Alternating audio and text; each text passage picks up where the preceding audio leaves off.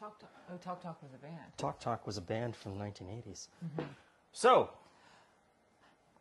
this is brew number 18. 18. Ah, I'm losing track already. It is a Vienna Lager. It's a Vienna Lager. First attempt at a Vienna Lager. So this is the first ever time doing a lager. Yes. For us, anyway. Ooh. I don't know why I was expecting it to be lighter in color, but that's okay. It's a beautiful color. Because lagers are usually a Pilsner. Everyone thinks of Pilsner when they think lager. So this is a Vienna Lager. Oh, it's beautifully clear, isn't it? Wonderful. Yeah, it is. Oh. Okay, so that's surprising, because this was not an easy brew. Not at all. So, this was we built the new BrewHouse. Built the new BrewHouse, and this was the first beer that we brewed in here. Even though we showed you brew number 4, this was the first brew as sort of a test batch. And we had, shifted everything over, and we had moved the software to a laptop, and apparently we didn't set it up properly. So that, you'll hear. Wasn't calibrated. So, because we have the Brewha and the glycol chiller, we can temperature control, which is really important for a lager. So we thought we'd give it a try. So tell us, Jules, what was in? All right. We started with some Vienna malt, some Pilsner malt, double. I'm tongue-tied. Double roasted crystal. Double roasted crystal. Sorry, your notes are vague. And from Simpsons, and then some Munich malt as well.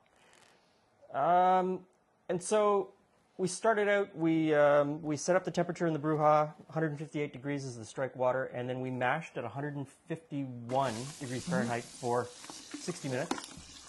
Recirculating with the pump, which is a really fantastic way to mash. A couple of stirs, but mostly recirculating. We started to worry about pH with this one.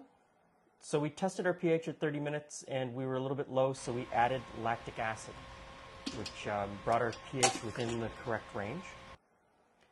And then we mashed out 168. Yep, raised to 168. Sparged. We sparged. And then we realized we were short a lot of water. We were short 5 liters of water. So for our pre-boil volume. So we added 5 liters of water.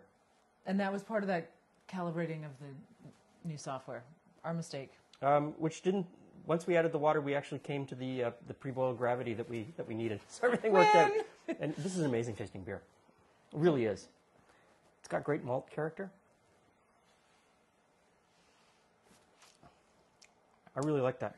Okay, so then we added first the Perle and the yeah, you write terribly. I know. Perle and Hallertauer went in at 60 minutes, so right at the beginning of the boil. And then all of the rest of the hops came at flameout. And we steeped it for about 10 minutes. 10 minutes. So we had the Tettnang and the... Tettnang and Saaz, Czech Saaz. Chilled it to 50 because it's a lager. And we wanted it to be cold when we pitched the yeast. And we pitched a 2-liter yeast starter of White Labs 920 Old Bavarian. Another brilliant, lovely piece of yeast, but we found out afterwards that they only produced it at certain times of the year, which meant we foolishly didn't save any to try and grow any. Which led to a mad dash around the city of Toronto to the brew stores to find an extra vial of it, which I did. Dun, dun. And I won't make that mistake again. So we do have this yeast to work with again because I'm really, So it worked out. Any other numbers you want to share? I'll let you try and read your writing. Yeah. So we made the starter, and we pitched the starter. It actually dropped a little bit to 48.5 degrees Fahrenheit, and then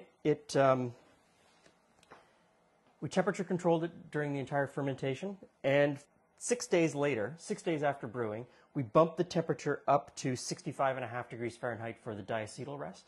And we kept it there for 24 hours or so. Then we cold crashed it, put it into a keg, put it under pressure, and stuck it in a lagering freezer where it sat for about 6 weeks. Seems like forever! Yeah, it sat for about 6 weeks before we drew off the first pint. I think we did a better job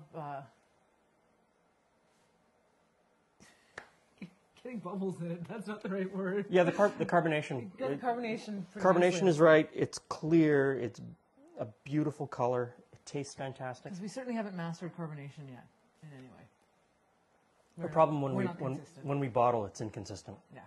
And it was a little bit more difficult because this was held in a lagering freezer at 2 degrees Celsius, so just above freezing, for 6 weeks, which the calculations were a little bit more difficult.